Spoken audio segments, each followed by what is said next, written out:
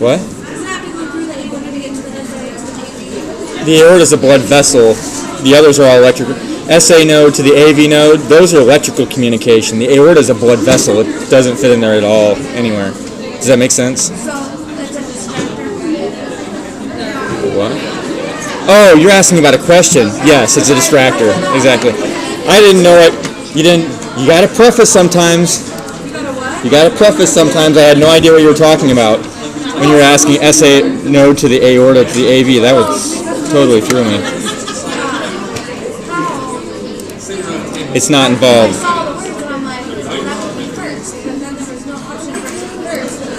Yep. You have to remember your anatomy. You absolutely have to remember it's a blood vessel, or the aorta is a blood vessel, not a part of the electrical communication. Okay, this is where we ended on last time, right? We just transitioned from electrical communication going into the actual contractile cells. About what percent of the cells are contractile? About 99% of them. What percent, obviously, would be electrical then? 1%. Don't forget the order of the electrical communication. And a normal healthy heart starts at the SA, then goes to the AV. What's the AV do? The AV node causes a delay, about 1/10 of a second, about 100 milliseconds delay. After it goes through the AV node, by the way, what has to happen before the AV node lets go of that? What should have happened? So I stimulated the atria. What should it be doing now? It should be, the atria depolarizes and it's smashing down. It's pushing the blood. Why do you not want the atria and the ventricle to squeeze at the same time? Because which one's more powerful, the atria or the ventricles? The ventricles. If they're trying to compete, which one's going to win? So will the ventricles push the blood back into the atria? Yes. No. Why not? Because there's a valve there, right? So you want to make sure that the atria have like this advantage. The atria is squeezing while the ventricles relax, and they pump a little bit of blood in, and then the ventricles start to contract. The AV causes that little delay, that 1/10 of a second delay, that allows the atria to squeeze that blood out, and we'll show you that in just a little bit. Okay, so from the SA to the AV, and then what's the next little structure? The bundle of His, and then the bundle branches, and what's the last step? Purkinje fibers, and then they stimulate all that myocardium around the outside. Okay, so we were back here, resting membrane potential. What's the resting membrane potential of an autorhythmic cell? I'm glad you're struggling to find an answer, because what's the right answer? There isn't one. Exactly, there isn't one. In the autorhythmic cells, there's no resting potential. It depolarizes, remember? It comes back down by repolarization, and then what's it do? Does it flatten out? No, it starts depolarizing again until it hits threshold, massive depolarization, repolarization, and then it starts depolarizing again. It keeps going through that loop over and over and over. What would this represent?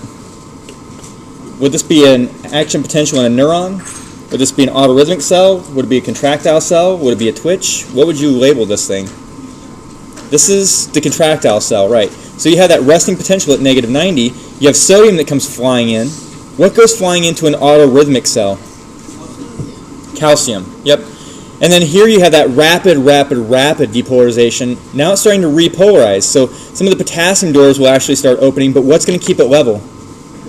Calcium. So as potassium starts leaking out, what starts leaking in? Calcium. So you have this exchange where you're keeping this plateau phase. Then the calcium door is shut, but what's still open? The potassium doors. So then the potassium starts racing out faster, bringing you back down to resting. And you can look at this long delay. This long delay actually has a super important advantage. This prevents tetany. Why would you not want tetany to happen in a contractile cell? A cardiac contractile cell. Why do you not want tetany? Because if you go into tetany, that's maximal contraction without relaxation. Your heart goes, and it's stuck there. What are you not doing? Living, right? So, exactly. Thank you for the laugh. I appreciate that. But yeah, so you're not pumping and you're a goner. You can't let tetany happen in cardiac muscle. I think we already answered this one, though. So we'll go on. So next, calcium entry from the ECF induces a much larger calcium release from the sarcoplasmic reticulum. This is cardiac, remember? Where did you get calcium from in a skeletal? Sarcoplasmic reticulum. Where did you get it from in a smooth? ECF. Guess where you're getting it from in cardiac? Both. So you get this initial entry from the extracellular fluid, and then it stimulates the sarcoplasmic reticulum to open more up. So you get a more intense calcium response. Okay, and that's just all this says down here. It causes that long period of cardiac contraction. So it squeezes, squeezes, squeezes, pumps it out, and then it relaxes. It's not super fast like a twitch where you go tick, and it's back. It's not super slow like smooth where it's 1, 2, 3 seconds and then relax. It's somewhere in between. You've got kind of a fast response, like you saw, the sodium comes flying in, similar to a skeletal, but you also have that kind of a delay, or that plateau phase, where you get a good strong contraction. Contract, contract, and then relax. What's the benefit of having that little bit longer contraction phase in a skeletal muscle? What are you trying to do in the cardiac muscle when you're contracting? Just the opposite. You're trying to squeeze it out. You're squeezing the blood up. You've got to have that time going, letting it pump, and then you're going to and relax. Should there be air in there going? No. So it doesn't make that gurgly sound like when you're running low on a milkshake. But it's doing the same response. You're pulling blood in when it's relaxing. You're pushing the blood out when you're contracting. What do they call that contraction phase? Starts with an S. Systole. What do they call the relaxation phase? Diastole or diastolic phase, right. Okay, so pay attention to the role of calcium. It's light skeletal muscle because calcium binds with troponin, allowing that tropomyosin to move, and you get that contraction phase. So it's similar to skeletal muscle. What's the first thing that pops in your mind that makes it similar to smooth muscle when it comes to calcium? Where's it getting some of the calcium from? From the extracellular fluid, which makes it similar to smooth muscle. It's unlike skeletal muscle because the extent of the cross-projectivity varies dependent on the cytosolic calcium. That's like smooth. The more cytosolic calcium, or the more calcium you have in the cytosol, the more powerful the contraction is. When would you want a more powerful contraction on the heart? When you're running hard, when you're exercising, when you're scared for your life and you need to put a lot of blood flow up to the brain and the other organs. So you'll just let more calcium in. If you have like really powerful contractions and your heart's beating really hard, what do you want to stop from coming in so much? Calcium. So you'll give them some kind of a calcium channel blocker to make the heart relax a little bit more, not beat as hard. What would happen if you blocked all the calcium channels? Yep, that would be death again. You'd stop their heart. Okay, which one are we on? We already covered this one. So we look at the pathway. When we looked at the skeletal muscles pathway to contraction and the smooth muscle pathway to contraction, you can look at this one and compare it too. So you have the action potential that stimulates the cardiac contractile cell. So the autorhythmic cells shock them. The electrical potential travels down the T-tubules. You get some of that calcium from the extracellular fluid. Where's the rest coming from? Sarcoplasmic reticulum. So you can see the pathway. That first entry of calcium stimulates the sarcoplasmic reticulum. Now you've got two forms or sources of calcium. So you have a higher cytosolic calcium. The troponin-tropomyosin complex moves to the side because calcium binds to troponin. The cross-bridge cycling, so you have that power stroke, that moving. And then to turn it off, you just stop the electrical activity. You sequester the calcium, you pull it back out of the cytosol, and then what happens? You relax. Yep. Okay, so influence of extracellular fluid, what's the K+? Potassium. Right? So when you're looking at potassium, what's potassium typically do to electrical potentials? Depolarize or repolarize? Yep, every time we've talked about an electrical potential, potassium has done what? Every time. Repolarize. It's always nice when you can have that one thing you can count on every time. Right? So an increase in extracellular fluid potassium, what's that going to do to potassium? If potassium is normally high inside the cell and really low outside the cell, and I raise the potassium out here, what happens to the rate of diffusion out of the cell? It slows. So it slows down a little bit. What it does is it actually reduces the resting membrane potential. So it becomes less negative. So where's it going? Is it moving closer to positive, or is it moving more into hyperpolar? So it's becoming less negative.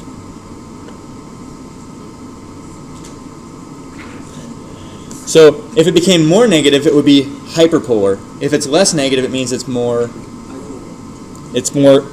closer to, what's that magic thing you're trying to reach? Threshold. Remember we were talking about prostaglandins and bradykinin, the way they manipulate threshold? It's the same idea here. If you have more potassium outside the cell, so if you have, anybody know what that's called? It would be hypo or hyper? Hyperkalemia, right. Hyper and then the K for the potassium and then emia meaning in the blood. So maybe they ate way too many bananas. I mean, whatever. Actually, this is really hard to do. Usually when you have this situation, it's because you have massive muscle damage. Why would that cause an increase in potassium in their blood? Because the cells are dying and they're releasing their own potassium into the environment, which causes problems with all the other cells. Like if you have somebody that has a crush syndrome, has anybody ever heard of that? You crush the leg, you smash all that muscle, it starts releasing all these chemicals from the muscle into the blood, and it's going to start screwing with their heart. So what's it going to do to their resting potential in the heart? Or, I shouldn't even say resting potential. What's it going to do compared to threshold? Make it easier to hit threshold or harder? Easier. So you get this thing called an ectopic foci. Do you remember what that was? Foci or focus is the location. Ectopic meant it was an abnormal location. So you're going to start getting these really weird rhythms in their heart. Their heart's going to beat like crazy. It's going to be a weird rhythm. Is that a good or bad thing? Absolutely bad, right? So if you're not pumping smoothly, what could actually happen? It could clot, yep. If it were opposing sides, let's say one ventricle is firing erratically here and another ventricle is trying to fire erratically here, what could they actually start doing to each other? Kind of canceling each other out, so they're not actually pumping very efficiently. Here's a way you want to remember this. When somebody's given a dose of potassium chloride, guess where they are? We're spiking the potassium really high because we want their heart to stop. They're bad, bad people. That's what we give with lethal injection, right? So a huge dose of potassium chloride. We're spiking the potassium levels. What are we trying to do to their heart? Stop it. Yeah, we're actually trying to make it so that it goes into this tetany state and they can't pump blood anymore. So just something interesting. There's your fun factor actually for the day. So don't eat too many bananas. You could be like the person on death row. Not quite. What? Yep. When you're trying to kill somebody on death row, you give them a huge spike of potassium. When their potassium level goes so high, it causes a heart arrhythmia. Why do they use chloride for the other side? What's chloride typically do to things? It also tries to inhibit them, right? So you've got every bad thing going really high at one time. It's just bad news. So when you do have too much potassium in, that's why you get sodium nitrite to try to cancel it out. It's a longer explanation than that. Yeah, that involves all the other cells and trying to shift electrolytes and ions, which we'll talk about more when we get to the acid, base, and electrolyte section. Yeah, but it's good thinking ahead. All right, so the next one. If you increase the extracellular fluid calcium, so it increases the strength of contraction. Why? If you're increasing the level of calcium outside the cell and you open a door to it, what's it want to do?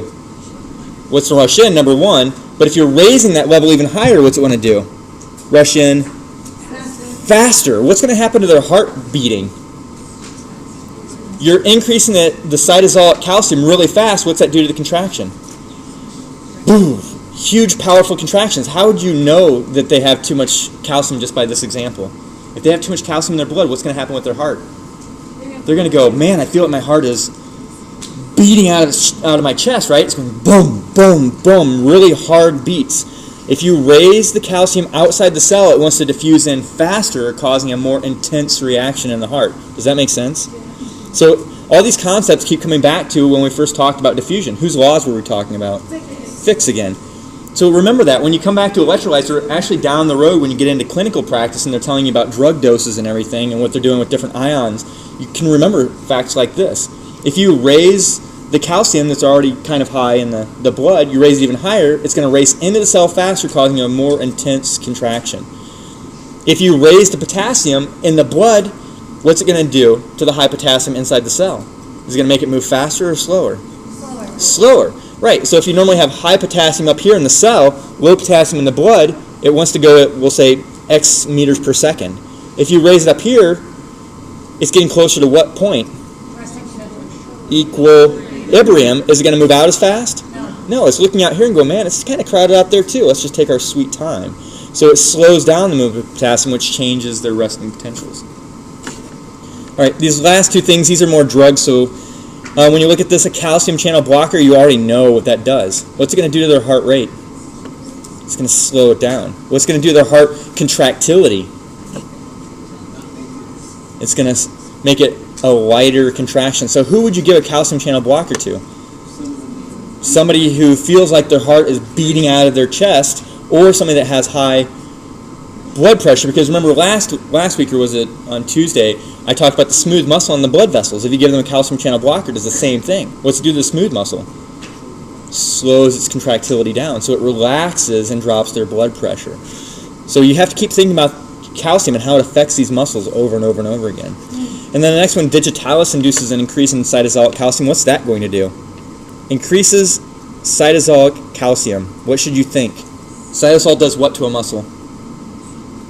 Makes it contract. So if you increase the amount of calcium in the cell, it makes it higher contraction. Yep. So giving somebody digitalis would actually make them feel like their heart's going to beat out of their chest. So these are two chemicals that actually oppose each other. So when you do a chemical stress test on your heart, is that what they would give you in your ID? I don't know. It's a good question. Okay, tetany of cardiac muscles prevented because of that long refractory period. When you're looking at that long phase again, that plateau phase, that's leading to a longer, what kind of refractory? Remember when I told you in this phase going up and this phase coming down, what were those called in action potential?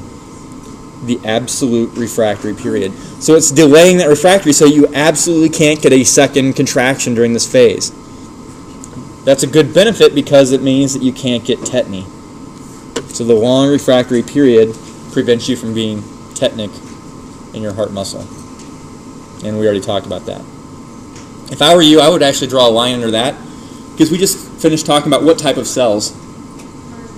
Cardiac, contractile. We talked about the autorhythmic before, and I told you to put a line under it. Now I'm telling you to put another line under here because we're going to shift to a different idea. So now you know the contractile features, you know the autorhythmic features, and now we're going to talk about how you can see the electricity on the outside of the body. When you're looking at an ECG or an EKG, just depends on what part of the planet you're from. They call it different things. These are the different parts that you want to pay attention to. So here's the actual picture. Here's your flat line, and we'll talk about this in lab because we're actually doing ECGs in lab, but here's your baseline. This is resting. At this point, it doesn't mean that the heart's doing nothing. It's when you're looking at an electrocardiogram, it means an electrical heart picture, right? What are you looking at here? Are you looking at the contractile phase? You're looking at the electrical activity, right? It's like when you looked at an EEG, you looked at the electrical activity in the brain. Now you're looking at the electrical activity from the heart. What's kind of interesting is that you can see more of this at the surface. When you're measuring this electrical activity, you're actually measuring it at the surface.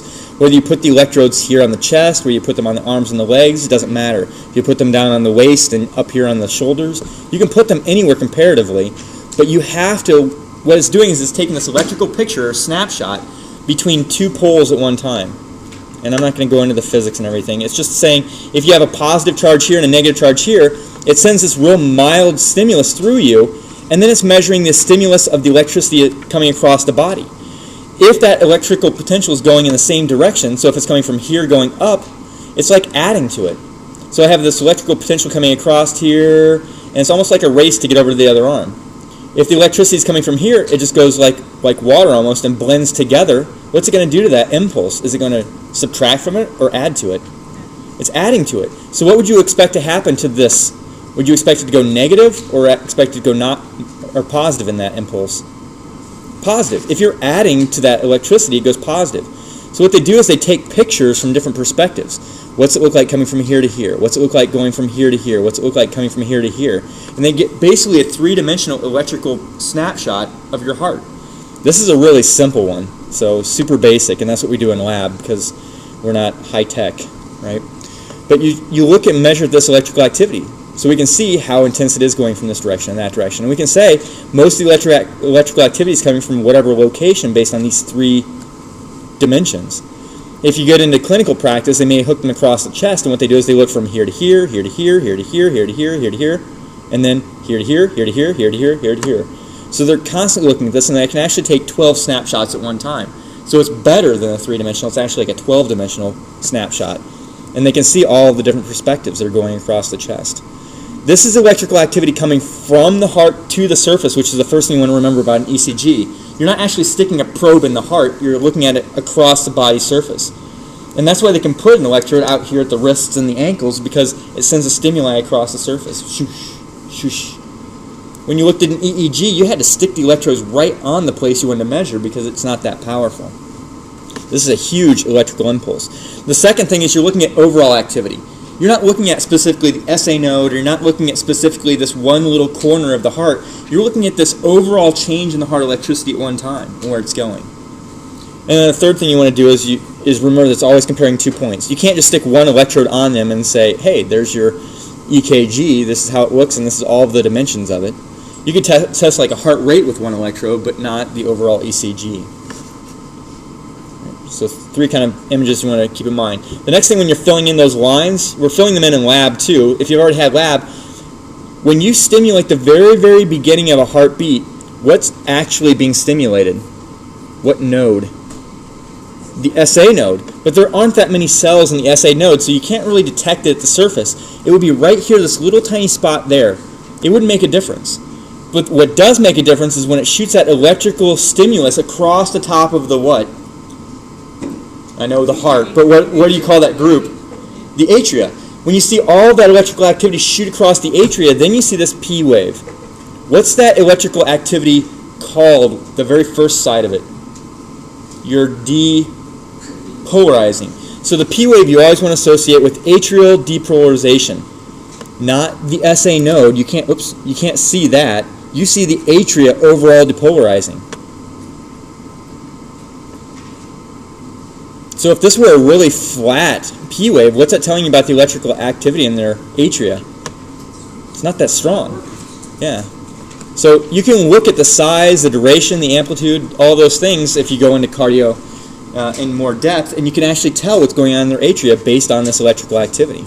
We're not that picky. I want you to know it's the atrial depolarization is what the P wave represents. The next is the PR segment. And it might vary a little bit depending on the book. Some say you start at the end of the P and go to the Q. Some say you go to the P to the actual R. Some actually call it the PQ segment instead of the PR. But in general, what you want to know this segment here represents is that the atria depolarized, but why is it flat? The atria is moving, right? But it's not an electrical movement. Why is it flat? What happened? What happened? The AV node is holding the energy. Is the energy moving? No, so you don't detect any movement at all. That's why it's flat. So the electricity is kind of flat across here because of what delay? The AV node delay. I always think about this too late, but if you were to actually draw like a blue line, a dotted line of the actual muscle contractility, what would be happening right here? Relaxing, flat, or contraction? It's contraction, right. As you're stimulating, this is actually your latent period. This is the electrical activity, but it's the latent period of the contraction. And then now, what's contracting? The atria is contracting. It's squeezing. The atria is not a real powerful contraction, but it's squeezing just a little bit of blood down south into the what's? Into the ventricles. And then this next phase or segment, the QRS, what's that representing? Look at how huge that is. It must be a big place in the heart, right? It's the ventricular depolarization. If you actually looked at just the atria, this is a phase where the atria repolarize, but why are you not seeing the atria repolarize here? Because the QRS that's coming from the ventricle is so powerful, it's actually hidden underneath there. It's masked. So you've got this PR, which is the AV node delay. You've got the QRS, which is the ventricular depolarization, right? Super, super powerful, super, super fast. You're seeing all this electrical activity shooting up the outside part of the ventricles. Just a real big impulse. Right after that, if I were to draw a little blue dotted line through here, what's it actually representing? The contraction phase. So now the ventricles are starting to contract. Is that a fast process, like 2 milliseconds long? No, that takes a little bit of time, about 250 milliseconds. So you have contract, contract, contract. It's emptying the heart, right? That's the ST phase. There's no electrical activity, but you have a contraction going on in the background. Remember, the P wave was atrial depolarization. The repolarization, the atria is hidden. So what must this be? That's the ventricles repolarizing. So the T wave is the ventricular repolarization. So you've got contraction, contraction, contraction, repolarizing, and now what's going to start happening? Relaxation. So the T to the P is an opportunity for the ventricles to relax. What are they also doing as they relax? They're going, they're refilling. So they squeezed all the blood they want to squeeze out, and now they're starting to refill. And they're actually creating suction, a negative pressure, pulling the blood down. The atria makes a small contribution to pumping blood. The ventricle does the most. It pumps, it squeezes really hard, and then when it's ready to refill, it actually is just relaxing and refilling. So TP represents ventricular relaxation and refilling. So now you have every one of those slots plugged in. So if I ask you a question like this, what's happening during the T wave? Is it atrial depolarization? What wave is that? That's the P wave, right? How about atrial repolarization? That would be hidden behind the QRS. What about ventricles depolarizing? That's the QRS. And how about ventricles repolarized? That's the T wave. So the right answer is number 4. Yep, you're looking for the T wave. Okay, we talked about these in lab a little bit too, but I'm just going to repeat them. Abnormalities in rates, rhythms, and the actual muscle itself are the 3 abnormalities you want to know for this class. The rate is the speed. It's like saying abnormalities in frequency, so the number of times it beats per minute. A normal heart rate, you want to shoot around 70 beats per minute. 60 to roughly 100 is what they say is the average, but 70 is the typical one. So really you're beating your heart about once every second. A little bit faster than that, but about once every second. If it goes over 100, it's tachycardia. If it goes under 60, it's bradycardia. It doesn't necessarily always mean disease, because a lot of runners you'll see have a lower heart rate. They're really good at carrying oxygen. They have a lot of myoglobin in their muscle. They don't need as much, so they can have a slower heart rate and be just as healthy. All right, so tachy versus bradycardia. I always remember bradycardia because when I was a kid I watched the Brady Bunch and they were really slow. So Brady anything that's slow. And then you can see here, if this is a normal heart rate, it's about, what's the difference or distance between the R and the R? About how much time? Roughly a second. Yeah, so it's just under a second here. And look at the beep, beep, beep, beep, beep, beep. Would you say that's pretty regular? Absolutely. When you're looking and comparing this ECG, always use your R as a reference point, because it should normally in a normal heartbeat be your highest peak, right? So what must this little bump be? The P, what must that be then? That's the T. What do you call the segment then from here to here? The TP. If your heart rate goes faster, look what you're missing. Look at the QRS, did it change? Nope, it's the same. They got closer together. How about the P? The P is about the same height, but the problem is that what happened here? You lost your T to P, which was important for what? What 2 things? Relaxation and refilling. So you're not able to relax and refill the heart appropriately when it's abnormally high. And this would be, well, if that's a second, that's 160, 180 beats per minute roughly. Pretty stinking quick. Okay. And then abnormalities in rhythm. So rhythm is not the rate. Rhythm is that, well, rhythm. If you are talking about rhythm and you're talking about a drummer, and if they're going, it's a regular rhythm, right? What if they do? Is that a regular rhythm? That's irregular. It's not regular and every beat is there. So somebody that has an irregular heartbeat, you might hear.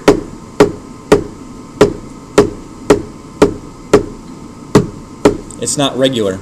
Could they have a normal rate? Yeah, the rate might still be like 65 or 70 beats per minute, but the rhythm is off. And we call that arrhythmia, which is without rhythm.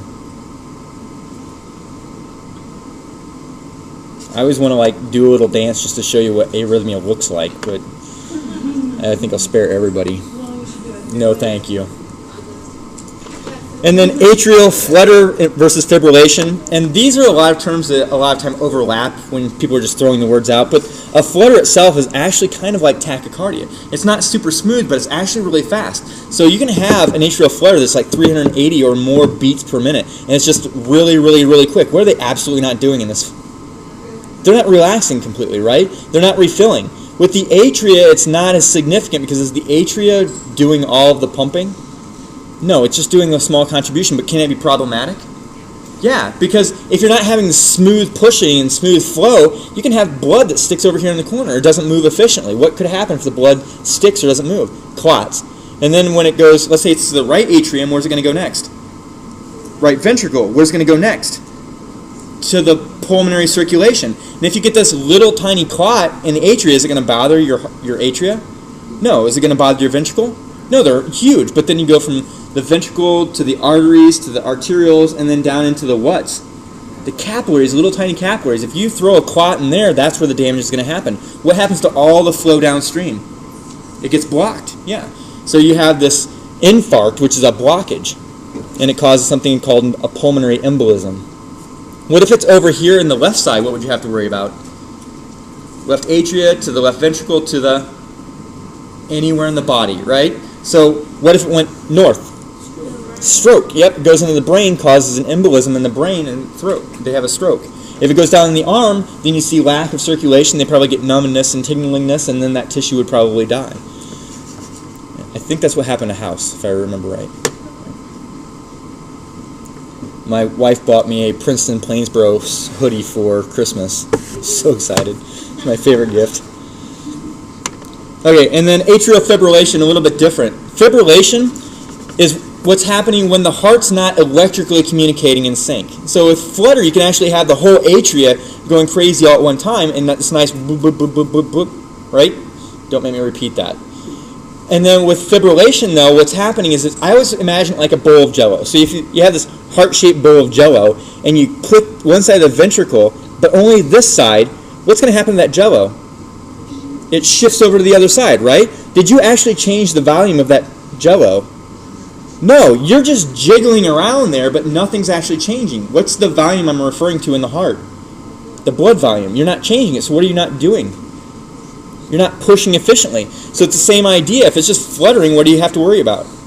Or sorry, fluttering. Now I did it. If it's just fibrillating in the atria, what do you have to worry about? Clots again. Right. You can still be moving blood, but you have to worry about those clots. And then I'm just going to skip right down to ventricular, which is going to be more scary, atrial or ventricular fibrillation? Ventricular, because even if the atria is doing just fine, if the ventricles are fibrillating, you're absolutely not moving blood to anywhere, right? So with ventricular fibrillation, that's why they started putting these defibrillators in the halls of places, because this is life-threatening, right? If they're not pumping blood, none of their tissues are getting oxygen or glucose, and they're going to die. What's the problem with if they've had VFib for, let's say, a minute, and then you shock them back in? Clotting, right? So do you just say, yay, I'm a hero, and you send them home? No, you call an ambulance, you get them on, and then usually they'll give an anticoagulant just in case to make sure that they don't throw a clot somewhere. And then this pulse deficit. Pulse deficit means there's a difference between the pulse rate and the heart rate. Is that possible? Is it possible to have a faster pulse rate than heart rate? No. Because the pulse, and anything you measure on the outside as far as blood pressure or heart rate, is always measuring what part of the heart. Think about it. This is systemic circulation, right? You're not measuring the pulmonary circulation, you're measuring systemic, so it's always measuring what part of the heart? The left ventricle, exactly. So if you had a slow pulse rate, is it possible to have a faster heart rate? Yes, but what's wrong with the heart? It's probably not pushing hard enough, right? So if you get a weak pulse or an absent pulse there, they can still have their heart beating, it's not beating very hard. But it's not possible to have a faster pulse than the left ventricle is beating, because that's what's generating the pulse. So a pulse deficit is just saying that there's a difference between the pulse rate and the heart rate. And then a heart block, we talked about this a little bit on Tuesday, and then in lab we talked about it too. So I'm going to just shoot through these again. But the third degree was also called a what? And we talked about this Tuesday. A complete heart block, which means what area of the heart is broken? The AV, right? So it could be the bundle of His, but usually you want to go straight for the AV. That means the AV node's not allowing the atria to talk to the ventricles. So you actually have, and it's kind of interesting, you'll have this, the ventricle, right? What's representing the ventricle contracting? Or sorry, ventricular activity? The QRS. So you go beep, beep, beep, beep. Would you say it's a regular rate? You say it's regular rhythm? Yeah. What about the P wave? It represents the atria, right? And it's going beep, beep, beep, beep, beep, beep. Would you say it's a regular rate? Regular rhythm? Yes, then what's the problem? They're out of sync, right? So it's telling you that the atria is beating to its own drummer, I guess, and then the ventricle is beating to its own rate too, but they're not in sync. And look what happens sometimes. Sometimes they both beat at the same time. Good idea? No, because when they both beat at the same time, you got problems. You're not moving blood efficiently. And sometimes it can be actually really abnormal, like this. Here's extrasystole or premature beat. You see normally there would be a P back here, but P, QRS, T, P, QRS, T, and then right where you'd have another P, the ventricle and the atria both beat at the same time. This is a premature ventricular beat. What happened? All hell broke loose, right? So it just shook the heart all over the place. You have these two electrical impulses that are fighting against each other suddenly, and you get this really weird inverted kind of structure. So third degree heart block is when the AV node is broken. A second degree, typically how you know that, and just look at this one little spot here, not the rest of it, but look at the P's. You've got 2 P's for every 1 QRS. So in other words, only every other impulse went through the AV node. So a second degree, the way to remember that is you can see that there's typically 2 P's for every QRS. Only about every other impulse gets through the AV node. Usually with a complete heart block you can see P, P, P, QRS, P, P, P, QRS, which gives you the hint that maybe it's 3, third degree. And then the last one's a first degree heart block. And the first degree heart block just means slow communication through the AV node. It's slower. You still get P and then QRS. P, QRS. But how would you identify slower signal movement through the AV node for a first degree? What would have changed up here? So it would look like this, but the PR would be longer. Exactly. The PR would be a lot longer. You might have 120 milliseconds or longer, because how long should a normal PR be? About a tenth of a second, which is about 100 milliseconds. I got told last week that I have a long Q to T. What is that? So if you look at the Q to the T, it's telling you, here's the Q, there's the T. It's just a little bit longer before it goes into what phase?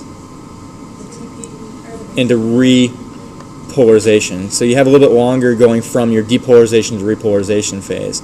So in other words, that little plateau phase is a little bit longer on you. Okay, and then the myopathies. So it's cardiac, meaning heart. What's myo mean? Muscle, and then pathy means suffering or disease. So it's saying that you have a heart muscle disorder. And one of the examples would be a myocardial ischemia. Ischemia means decreased blood flow. Not just oxygen, not just sugar, but overall blood flow. So myocardial ischemia. And this can be a lot of causes. It could be that you have a little clot building up, like a thrombus building up. It could be that you have atherosclerosis or plaques inside the wall building up. Either way, this is a hollow tube. Think of your kitchen sink. You want to keep that hollow because what happens if it's not?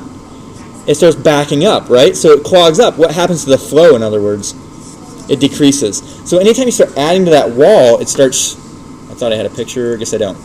Anytime you add to that wall, it makes it harder to push the flow through. You know, it's kind of like your garden hose in your backyard. If you start pinching down the hose way back here, what happens to the flow coming out? It starts sputtering down. It starts decreasing the flow. So anything that's decreasing blood flow to the heart is actually called a myocardial ischemia. And the part of the heart we're talking about is the coronary circulation. That's not talking about flow into the heart like atria and the ventricles. We're talking about through the coronary circulation, the actual blood vessels that supply the heart muscle.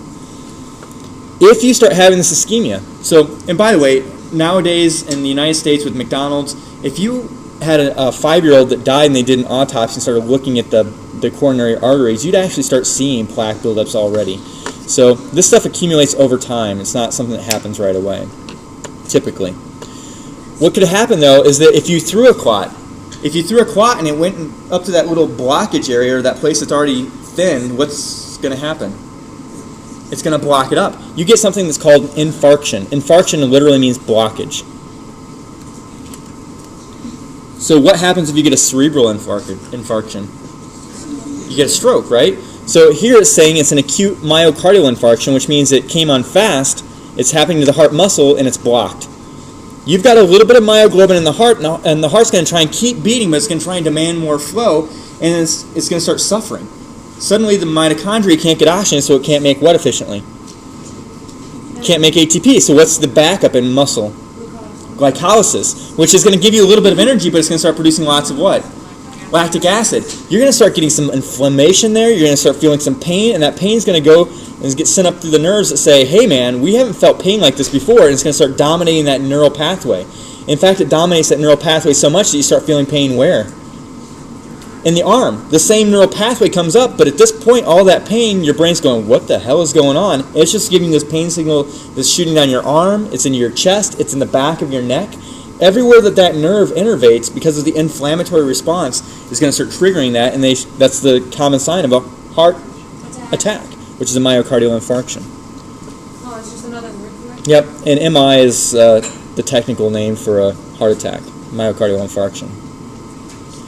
And then what happens if I don't resupply blood to that tissue? It's going to die. And necrosis is tissue death. Does it just leave a big hole in your heart? Nope, it gets replaced with another type of tissue because you can't regrow cardiac muscle, right? You replace it with scar tissue. Can scar tissue contract? No. Does scar tissue stretch as well as other tissues? No.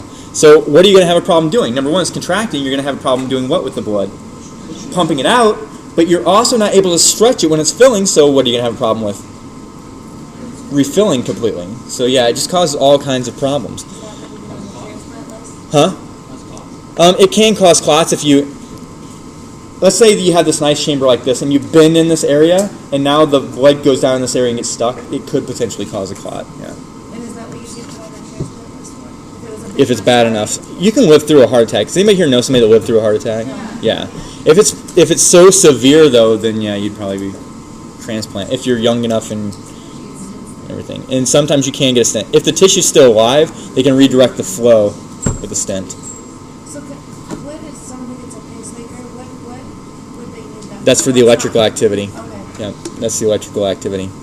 Okay, put a line underneath that because now we're on to the next section. And technically, we did ECG and you just had to know the different waves. You could have put a line above that where it says abnormalities in rates, rhythms, and myopathies. That's another block. If you notice again, I'm trying to give you study tips. So you've got your ECG study color with the different waves. You've got your abnormalities with the rates, the rhythms, and the myopathies. You can subdivide there on page 57. And now we're going on to the cardiac events. This is kind of a long section. And my piece of advice is you want to go through and after we're all done with this, put all the pieces together in the way that makes the best sense to you. But you want to have a note in your textbook on this page, whatever page it is in the new textbook. I erased the page number. But this figure, this is the best figure for understanding all of the processes in the heart. Because this shows you what is this thing called up here? That's the electrocardiogram, right? It shows you the ECG and it shows you all the way across one complete heart cycle here and then a second complete heart cycle here. So you can see what's going on in the heart for 2 heartbeats. It shows you the heart sounds on the bottom. It shows you the volume changes. It shows you the pressure changes. It shows you everything that you need to know in one. In fact, I don't remember what school it was, but I found an animated website that I'll hook you up with. It's page what? 122 in the new one? 322, sorry, 322 in the new one. What's the newest? 70. So it's around 322. Okay, so here are the events that you have to know. One cardiac cycle is basically one heartbeat. It's all the phases from being at rest to pushing all the blood out to bringing the blood back in. That's one cardiac cycle.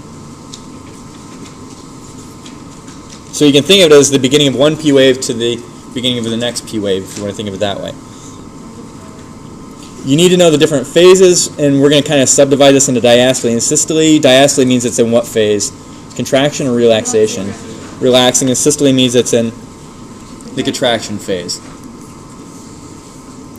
Some volumes you have to be familiar with. You have to know these. The first one's called end diastolic volume. Guess when it comes? Is it at the beginning of contraction, the end of contraction, the end of diastole? I guess that's kind of a gimme.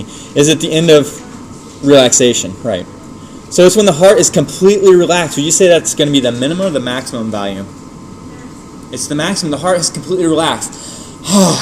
It's completely expanded. You've got the fullest amount of blood that you can hold. So when you're looking at this, this is the maximum amount that the heart's going to hold in this cardiac cycle. And then isovolumetric ventricular contraction. Iso means what's happening. It's the same. So the heart's contracting, the ventricle is contracting, and by the way, most of the time you're looking at what ventricle when we say ventricular? The left. It's kind of like this reference point, because ideally, if you're looking at the left, what's happening at the right at the same time? The exact same thing.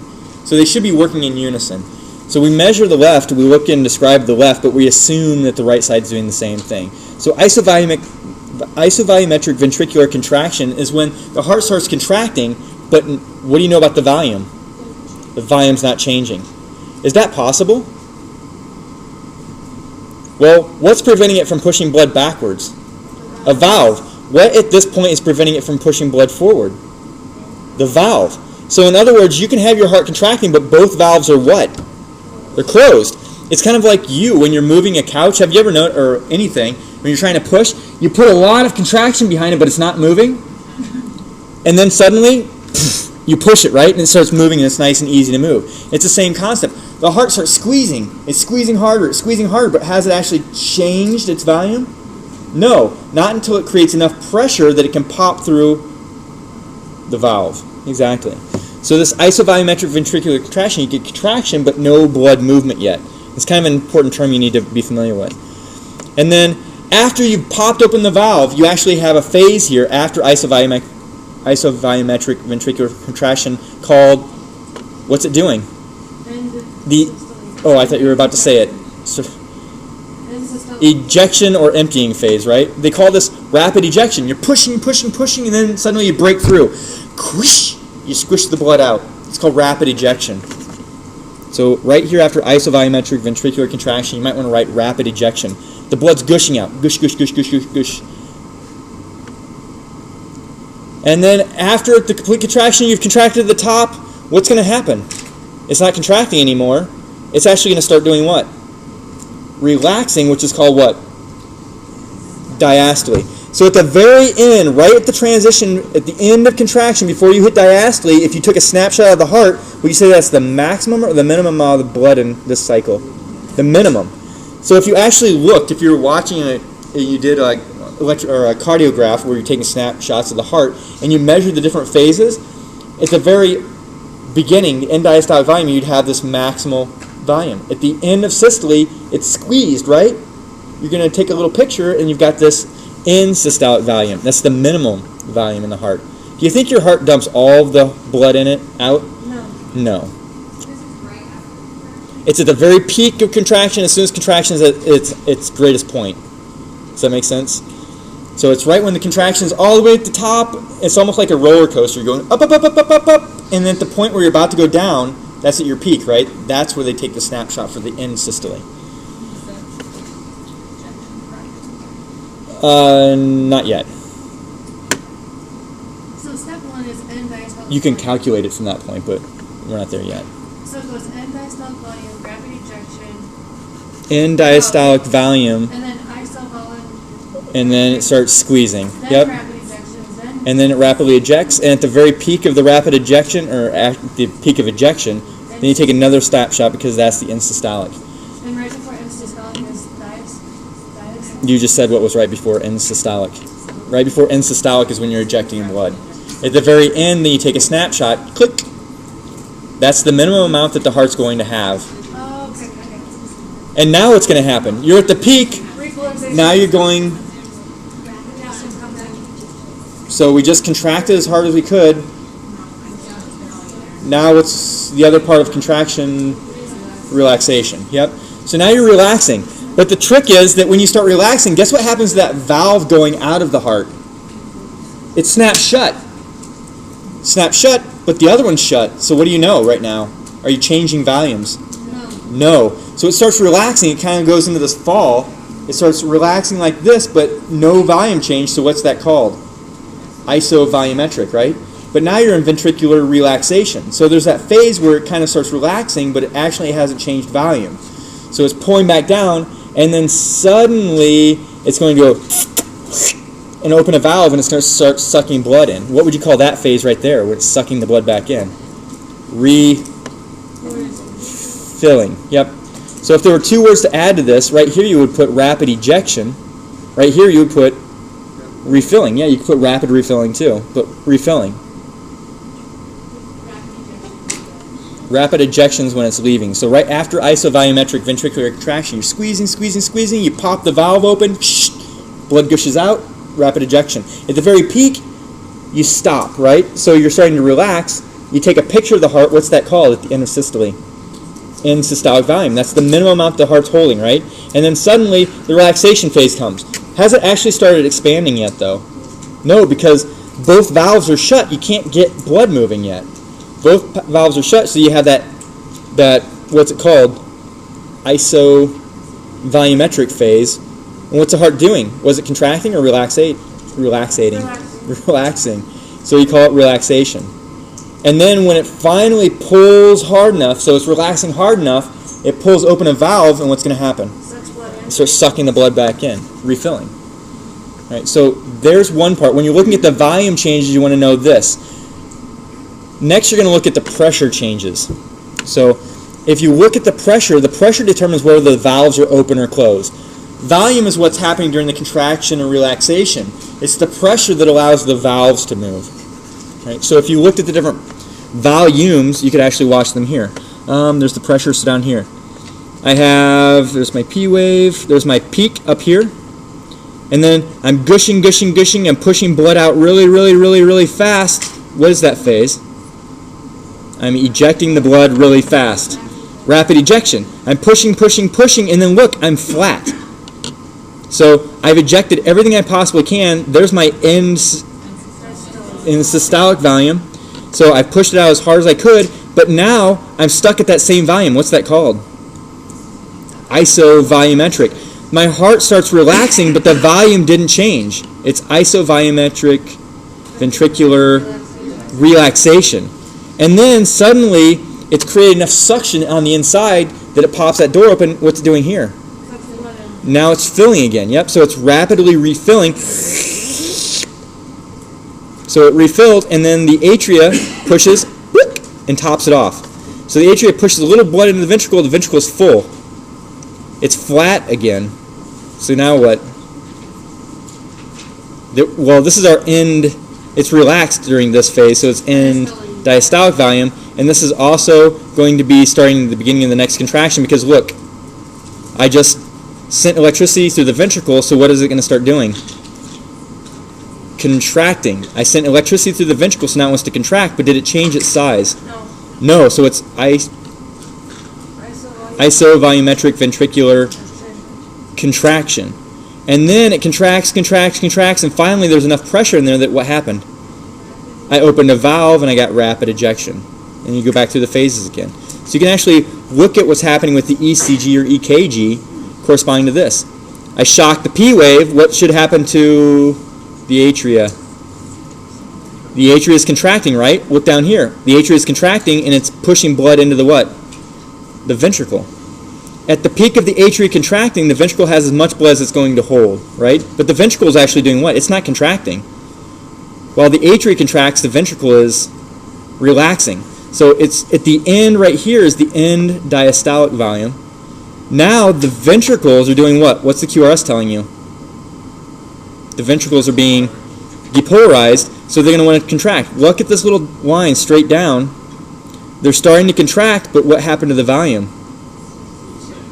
Volume's still the same. Volume is exactly the same, so this is contracting, but it's isovolumetric. Right? So it's pushing. You can see, remember I wanted to draw that blue dotted line, dot, dot, dot, dot, dot, dot, because it's contracting. Look what it's doing. It finally popped the door open, and it's doing what? Dumping all the blood out. It's rapidly ejecting, ejecting, ejecting, ejecting. Look at what's this? The T. T represents repolarization, which is going to trigger, trigger what phase of contraction? It's going to stimulate the relaxation phase. If you follow this down, now the heart's starting to relax. Is it going to pump any more out? Nope. So it's relaxing, but unfortunately it's not doing what? It's not refilling yet. So this is isovolumetric ventricular relaxation. It's relaxing, but the volume's not changing. And then suddenly there's enough suction inside the heart that what's going to happen? Yep, and look at that. There's our T to what? P. Our TP segment shows us what's happening. Follow it down. It's refilling. It's relaxing and refilling. And then you start that second phase. Take it one bite at a time and put it through here. So when you're looking at these steps, you're looking at the volume changes. You already know the ECG. Line up the ECG with the volumes and say, does that make sense to you? Yeah, you had a question. Yeah, Tiffany, right?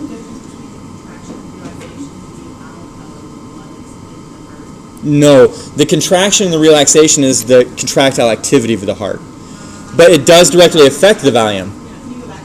Yep, sure can. So the difference between 11 and 20, right? Isn't 11 a contraction, this is 20 relaxation? It's when it's happening. Yeah, this is the isovolumetric phase, is what you're looking at right here. Isovolumetric because there's no change. Isovolumetric here because there's no change. The difference is what happened during the contraction or the relaxation. This happens during the contraction phase, where that happens during the relaxation phase. But there's still nothing to go in. Right, during isovolumetric, all the doors to that ventricle are shut, so all the valves are closed. Right. So it's what's happening during that phase. If it's contracting but it's stuck, the doors are stuck, it's the isovolumetric contraction. If it's relaxing but the doors are stuck, then it's isovolumetric relaxation. Right. And then they throw the ventricle in because it's just telling you it's the ventricle that's doing it. Up at 11. Up at 11. The plateau of 11. Yep, right here. Yeah. What opening that's in my liver is pressure, literally pressure. Yep, and that's the. That long to build up the pressure? Yeah. It's like I said, it's like moving a couch. You ever notice that when you move a couch, it takes like a little extra something to get it going, but once you get it going, then it just slides across the floor. It's that it takes a lot of force actually to open that door in the first place, and then once it's open, flow goes. Got it. Now, when the ventricle's relaxing, it's actually falling. Does the chordae tendineae get pulled to open the valves? For Or is it the actual contraction of the atria that pushes open the AV valves? when you're in relaxation, Yeah. it's the pressure gradient that opens it. It's the suction, which is, yeah, we're going to talk about that in just a minute. So now we've covered the ECG, we've covered the volumes, and we've covered systole and diastole. Then here are some of the volumes you want to get familiar with volumes. So a stroke volume means in one heartbeat how much you push out in one beat. That's where the EDV and the ESV come into play. What was EDV? In diastolic, is the heart completely at the minimal or at the maximal? It's completely relaxed and it's holding as much as it's going to hold, right? So this is the higher volume, and on average you're looking at around 135 milliliters. So not a ton, 135 milliliters. Then you subtract the insystolic, so that's when the heart is doing what? It's contracted as much as it possibly can. How would you describe that volume? The minimal. So you take the maximal minus the minimal, and at minimum you still have about 65 milliliters left in the heart. Did you pump it all out then? No. At a normal heart rate, you still have, look at that, it's roughly half the blood that was in the heart before is still in there. So it's how much blood's coming in. So this is how much is left. The end-systolic is how much is left in the heart when it's completely contracted. No, the stroke. End-diastolic is what's in the heart when it's completely relaxed. To get the stroke volume, you have to subtract the high number from the low number, and it comes out to about 70 milliliters. So in one heartbeat, you pumped out about 70 milliliters of blood.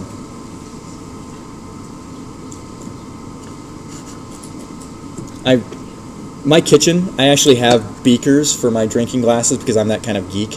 And I always imagine, so when I'm looking at 70 milliliters, I'm like visualizing how much that is. That's about like what you drink in the morning for orange juice, so not a lot. You fill one of those little short glasses with orange juice.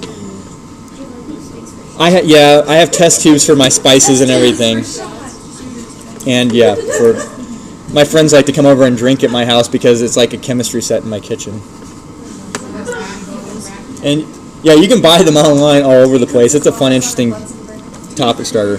Okay, and then heart rate, what's that telling you? That's how many times per minute. That's how many times per minute the heart beats, right? So now we have stroke volume, how much you beat in one heartbeat. You have the heart rate, how many times you beat in a minute. Now you can calculate this thing called cardiac output. Cardiac output is how much blood you pump in 1 minute. So if you know how much you pump in 1 beat, and you know how many beats you have in a minute, what do you do to those two numbers? Just multiply them. So you take the stroke volume, which is 70, times the heart rate, what was the average heart rate? 70. What's your cardiac output then? Yep, 4900 milliliters, which is 4.9 liters. About how much blood does your body hold, do you remember? About 5 to 5.5 on average, yeah. So in 1 minute, when you're relaxing, you pump almost all of your blood through your body one time in 1 minute, roughly. So total blood volume is about 5 to 5.5. The average for a man's about 5.5. The average for a woman's about 5. So what's going to happen when you exercise? Think about this. When you exercise, are any of these numbers going to change? When your heart contracts harder, what do you think is going to happen? It's going to pump more out at one time, right? So what would you definitely count on changing? If you're pumping out more, it's the ESV, the minimum that's going to be in there. So you're going to actually drop this, right? So 65, let's say it drops down to 35. What just happened to my stroke volume? It went up another, so it went 65 down to 35, so it went up by another 30. So if you just change that 100 milliliters, look at just changing that contractility. Your cardiac output's now what? 70 times 100, 7 liters. That's 7,000 milliliters, 7 liters. Is that the only thing that's going to change in heart or in your exercise? Your heart rate goes up. Let's say that goes up to 100 too, 100 beats per minute. Now what's your cardiac output? 100 milliliters, 100 beats per minute. That's 10,000 milliliters. That's 10 liters of blood a minute. You're pumping all of your blood in your body roughly twice every minute. Okay. The cardiac reserve is this leftover amount that you can use in case of emergency. So the cardiac reserve is the amount that you can use or pump extra in case of an emergency. What part of your nervous system might be firing that would demand cardiac reserve? Sympathetic, yeah. All right, so EDV.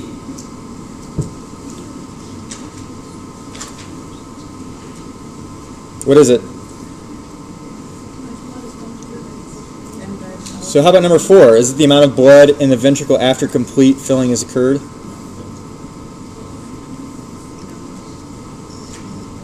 What is EDV? What is it literally?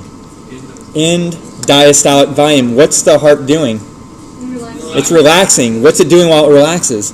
It fills. So at the end of filling, it would be the EDV. What's number 4 say? The amount of blood in the ventricle after complete filling. That's your answer. Yep. So what was number 3? What would that be? The amount of blood left in the ventricle after ejection. It just finished contracting, right? That's the ESV. How much blood is pumped from each ventricle per minute? What was that? The amount pumped out in 1 minute is the cardiac output, CO. And then number 1, how much blood is pumped from each ventricle per beat? How much blood per beat is what? Look at your notes. Stroke volume. Yep. So you've got, each of these have a label, but the only one that's an EDV is number 4. All right, these next 3 concepts or points. The amount of blood to be ejected depends on a couple things. These are kind of important when you're thinking about things like people's blood pressure. So the first thing is the preload. This is how much you fill. So the preload is how much is going in. If I need more blood from my body, I can squeeze my vena cava. And when I squeeze the vena cava, can the blood flow backwards? No. So what's it going to do to my volume in my heart? It's going to increase the amount in my heart. Why would I want that? To get more blood in so I can pump more out. Yep. When you're in an emergency, your sympathetic nervous system is going to do what to your blood vessels? Constrict them. It's going to take the vena cava and it's going to squeeze it. Can it pump the blood backwards? Nope. It's pumping it up and into your heart so you can do what? Pump more out. The preload is the filling. It's the preload is the filling. It's before your heart beat. What's this going to directly change? Of these factors back here, what's it going to directly change? Immediately change the preload. Oops, I accidentally stopped on it. The filling is going to be what? The EDV. You're immediately changing the end diastolic volume. If you're preloading, if you increase the preload, you increase the end diastolic volume. It's going to affect all these other things, but it's directly affecting the EDV immediately. So instead of 135, it'd be 150. It might go up to 150. Yep, exactly. So if I have a sympathetic stimulation on my vena cava, it's going to squeeze it harder and put more in. So I might bump that, like you said, up to 150, 160, whatever I need. Before the heartbeat. It's how much you push in before the heartbeat into the ventricles and basically into the arteries or atria in the ventricles. Preload is how much you're pushing in into the heart in general. Yep. Yep.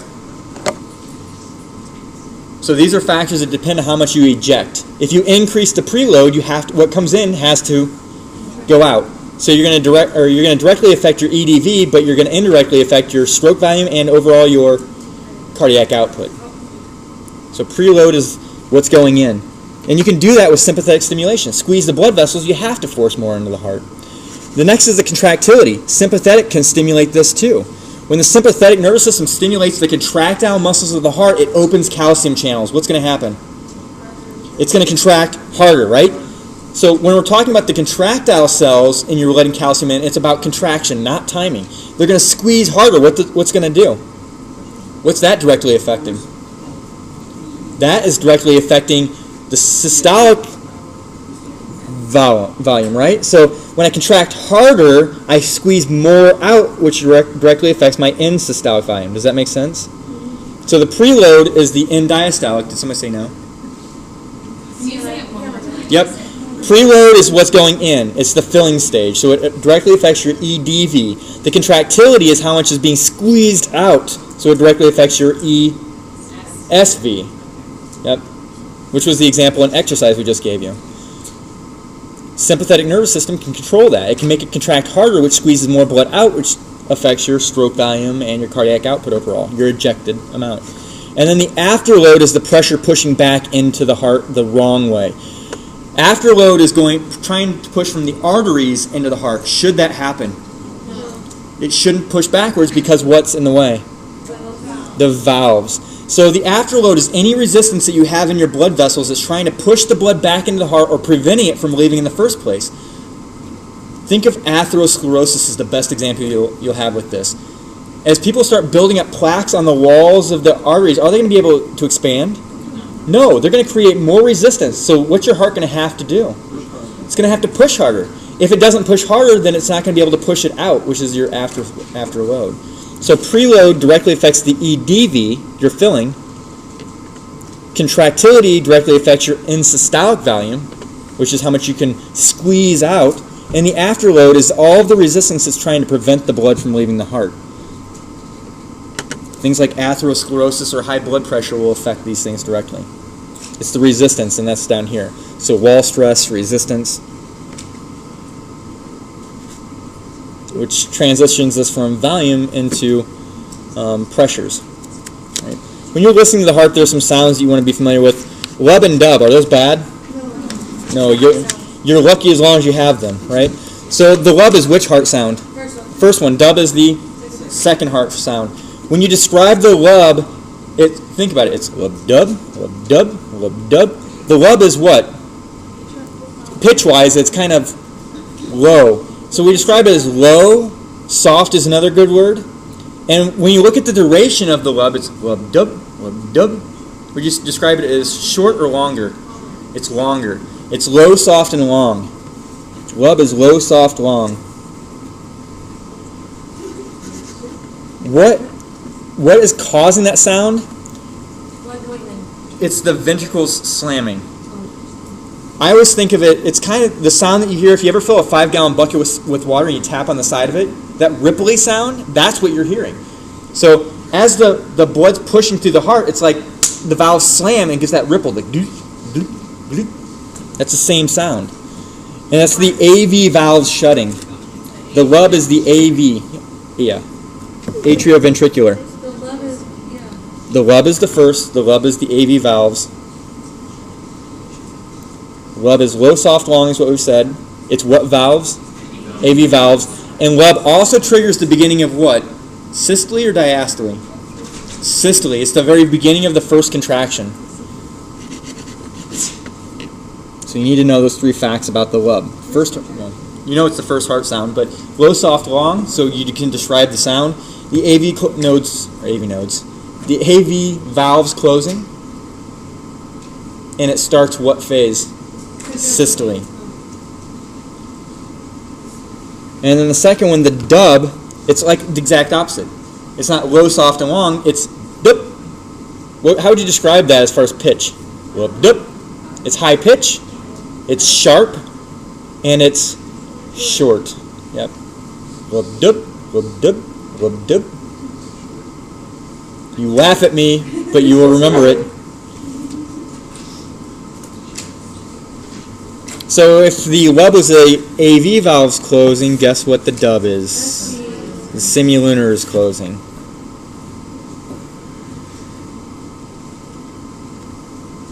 And guess what that represents the beginning of? Diastole. Yep, ventricular relaxation. Don't you hate it when you drink out of your coffee cup upside down and it goes up your nose? Awesome. I did that last week with fresh hot coffee, dumped it all down my tie. So now I just don't drink and wear a tie at the same time. Okay, murmurs. The only thing you need to know about murmurs now are that they're unusual heart sounds. Murmurs aren't always like signs of pathology, though. You just need to remember they're unusual heart sounds. So they're any sound that's outside of lub and dub. So unusual. Like functional murmurs, you actually get in a baby. Babies have functional murmurs and then they go away with time. Functional murmurs are usually not pathological. Yep, it's because of that little extra pathway that's sealing off. And then laminar flow versus turbulent flow. As we're using these terms, you just have to come back to that. Laminar is smooth flow. It's silent flow. When you have water flowing, it's actually really quiet. I grew up by a creek, and I remember that if I walked straight out my front door and walked over to the creek, over to the side of the creek, it was really smooth there. It was like really silent and peaceful. You had sand on the bank, no rocks sticking up out of the water, and it was like a sheet of glass, silent. But if you walked out my back door and walked to the creek as it wrapped around the house to the back side, and you walked down there, there were rocks all over. What did you notice about the sound difference? It was loud because that flow is not like glass anymore. It's a rough flow. That's called turbulent flow. Turbulent flow is rough. When do you usually hear the word turbulent? In an airplane, when you're hitting rough patches of air, it's making that shaking of the plane. It's turbulent and rough. Your blood's exactly the same way. Laminar flow, if you took a stethoscope and you listen to the brachial artery, can you hear it?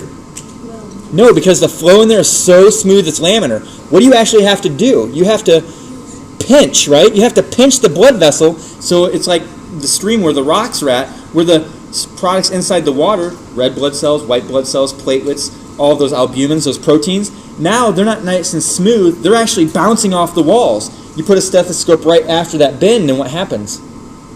You hear it, right? You can hear that crashing, the gush, gush, gush. That's turbulent flow.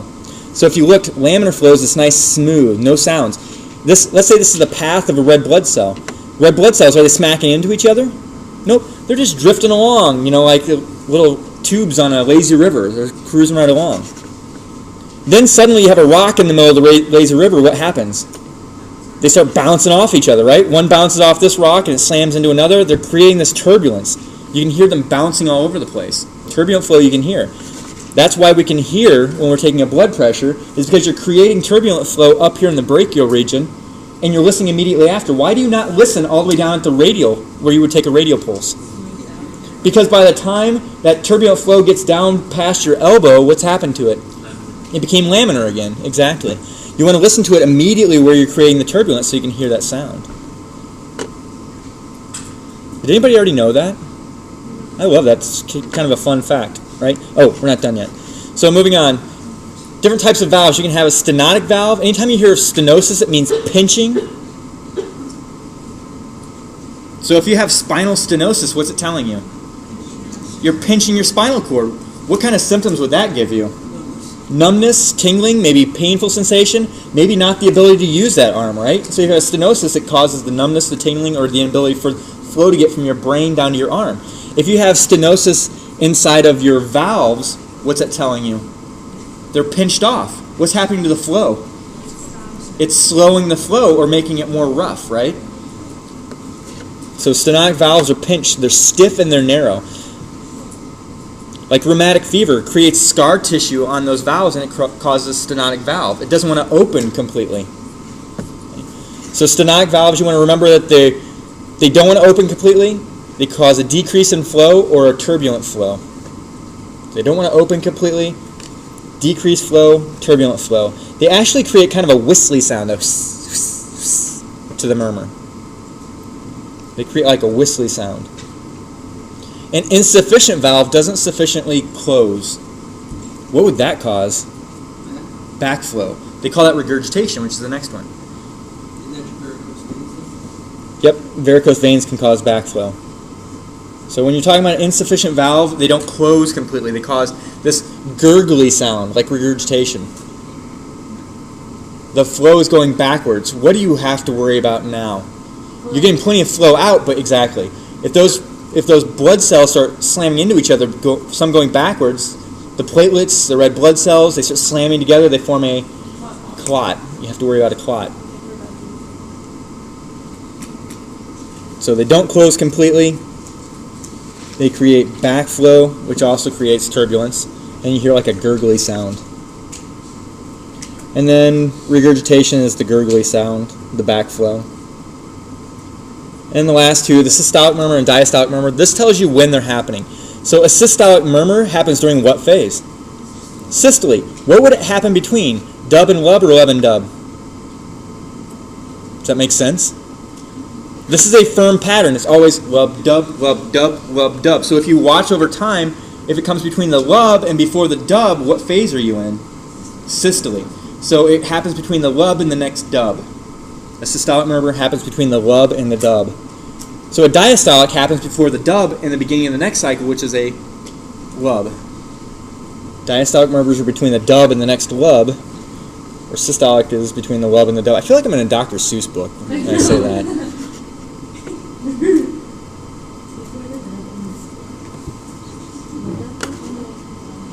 Okay, so again, this picture is of two cardiac cycles happening.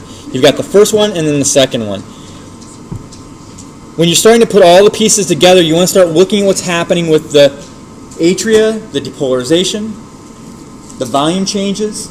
We're going to talk about pressure here in a second. I keep leading up to the pressure. You want to look at what's happening with the valves. And I'm going to skip over these steps. I'm going to go straight for the valves, and I'm going to draw you a picture. Actually, I don't have to draw you a picture because here it is. So when you're sending an impulse, as that impulse goes from the atria, what's going to happen first? Your SA node fires, right?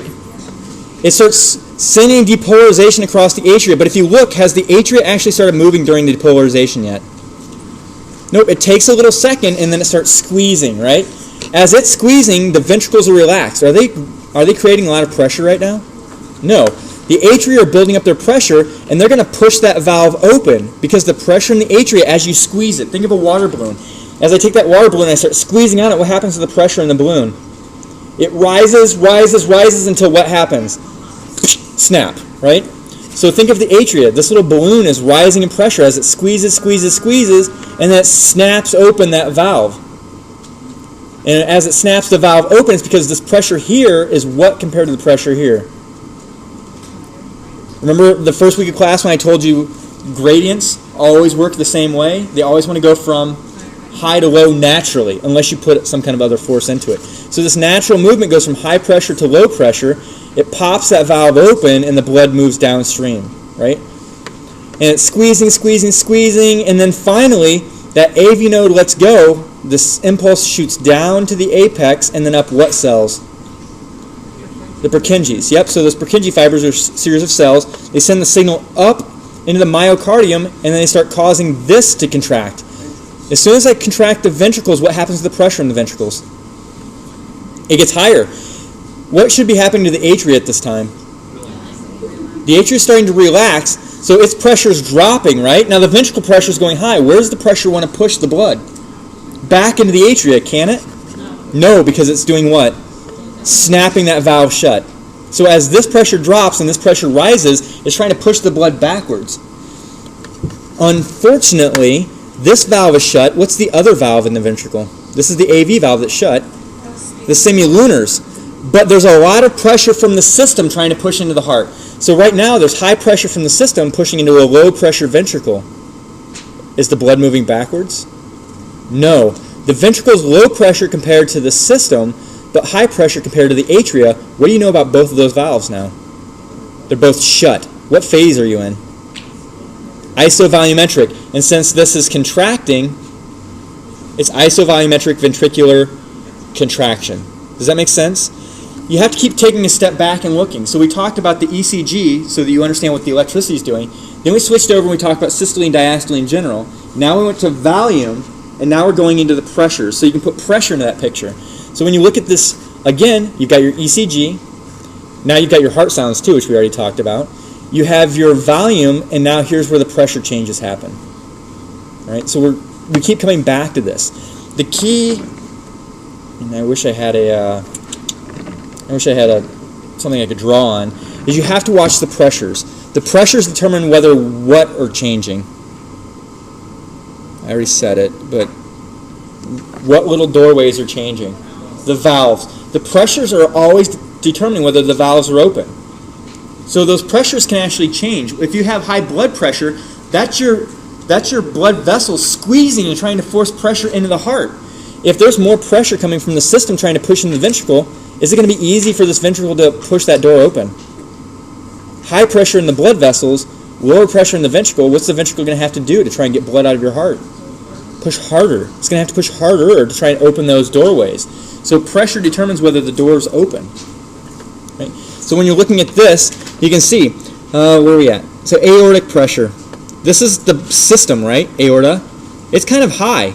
Look at the pressure down here in the ventricle. So red's ventricle.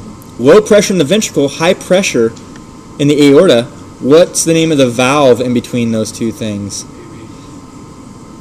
Aorta and ventricle. Aorta semilunar. It's the aortic semilunar, right? So if the aorta is pushing high pressure and the left ventricle is low pressure, who's going to win? The blood vessel, the aorta. Is it going to push the blood backwards? Nope. So what do you know about that valve right now? It's closed. Would you expect the ventricle to start emptying and getting lower volume? Nope. In fact, what's happening? It's getting higher volume because what door is open? The AV door is open because what's the pressure in the atria right now? The atrial pressure is rising. It's opening that door and it's pushing blood into the ventricle. But it's not going out the other side because the aortic pressure is too high. There are always three pressures you want to pay attention to. Atria, ventricle, and the blood vessel, right? Whether you're looking at, typically it's going to be the aorta, but what was the other blood vessel leaving the heart? Pulmonary artery, the pulmonary trunk, right? So you want to look at the three chambers, the atria, the ventricle, and then the blood vessel. That way, with those three chambers, in between you always have what? A valve, right?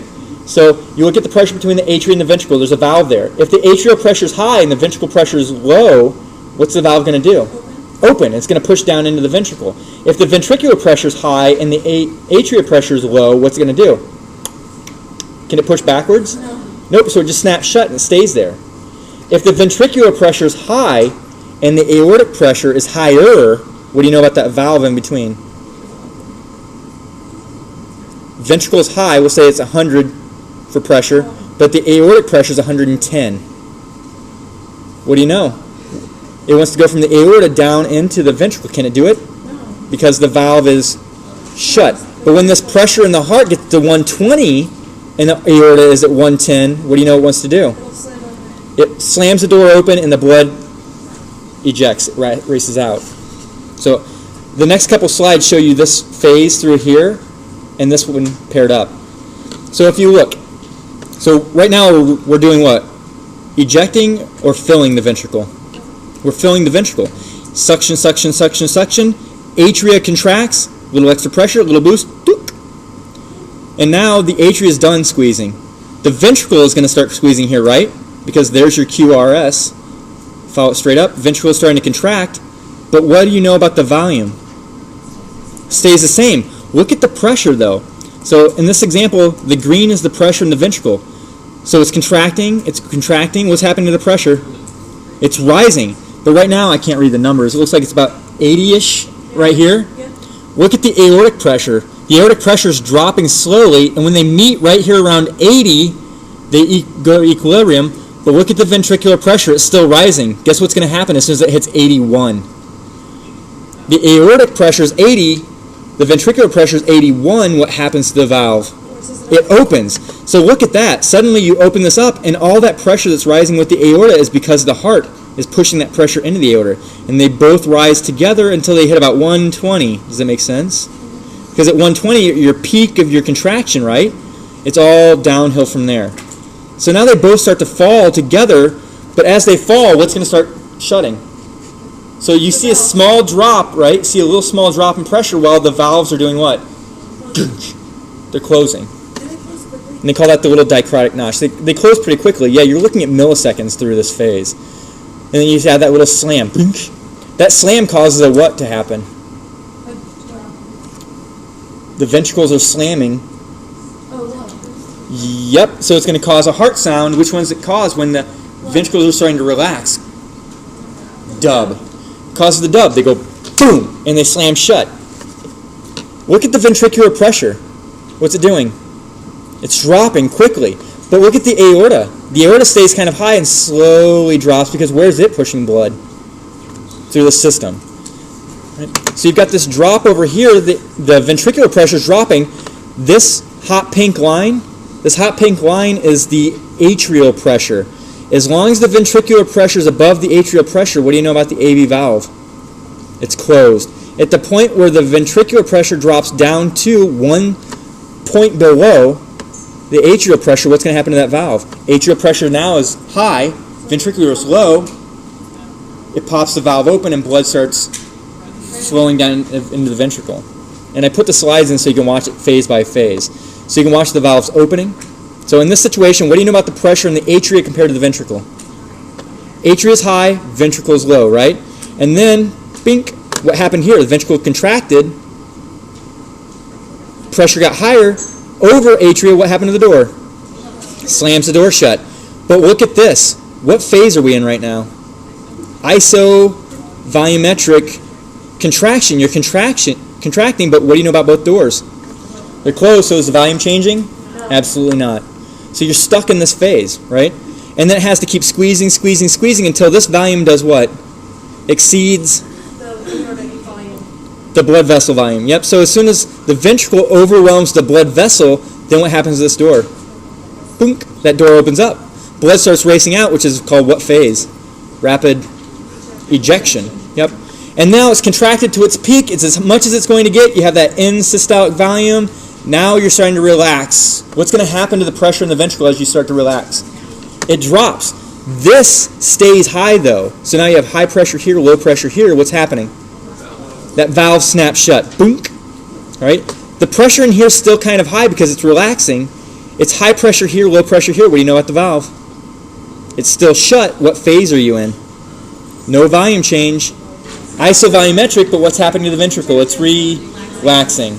Until you go back to the beginning, now the pressure is as low as it's going to get. Atria pushes and then pops the door open. You start to cycle over. I put this link on here for you to watch. I know it's pushing that time. It's exactly 2:30, so you can look at this on your own. But as you look at this, I kind of hope, there it goes. All you have to do is click on this and you hit play. It shows you everything animated. It tells you every phase it's going through. You can hit pause or stop.